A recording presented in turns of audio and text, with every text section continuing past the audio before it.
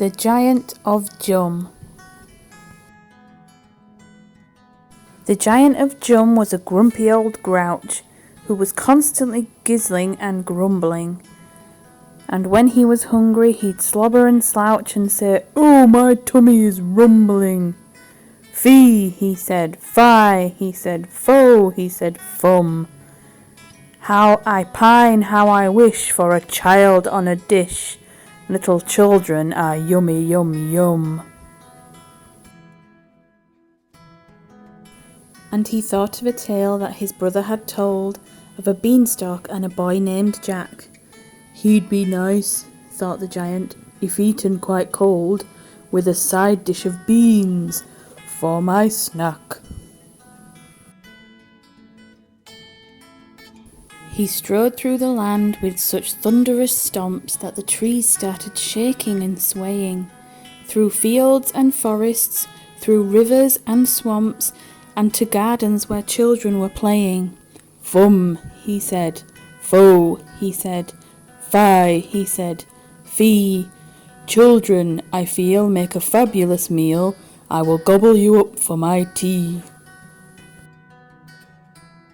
But the children said, "What a magnificent man, you're so marvellously magic and tall." And they said, "Will you help us? We're sure that you can. Oh, please will you fetch us our ball?" The giant said, "Well, I suppose it won't hurt, but soon, have no fear, I'll be back. You'll be scrumptious if eaten with cream for dessert, just as soon as I've gobbled that Jack." "Fo," he said, "Fum," he said, "Fee," he said, "Fie.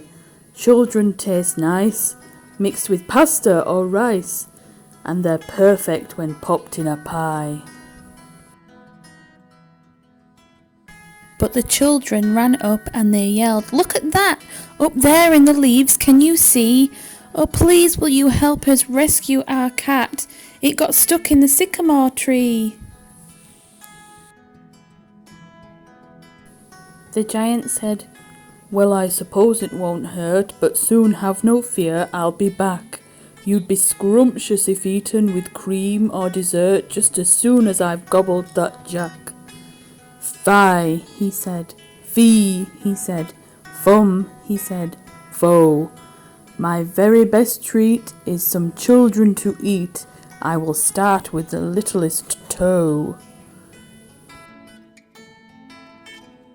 But the smallest boy whispered, "My legs are so sore." And he slumped to the ground and he cried, "I can't make it home, I can't walk anymore. Oh, please will you give me a ride?" The giant said, "Well, I suppose I don't mind." And he lifted the boy on his back. The boy said, "I love you, you're wonderfully kind. And what is your name?" "I'm called Jack." "Fee," he said, "Fie," he said, "Little Jack Snack, is that right?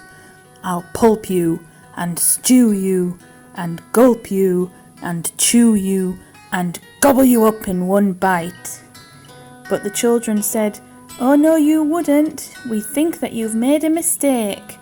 You're such a kind giant, you couldn't. Nice giants always eat cake." The giant was starving. His tummy was rumbling. But then he said, "Wait, are you sure? I'm grizzly and grumpy and grouchy and grumbly. I've not been called lovely before." "You rescued a cat from a tree," shouted Jack, "and you fetched us our ball. You're so nice. You gave me a ride through the streets on your back, so we've made this for you. Have a slice."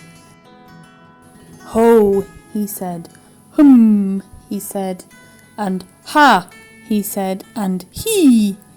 Chocolate's much better than children." And he ate it all up for his tea. The end.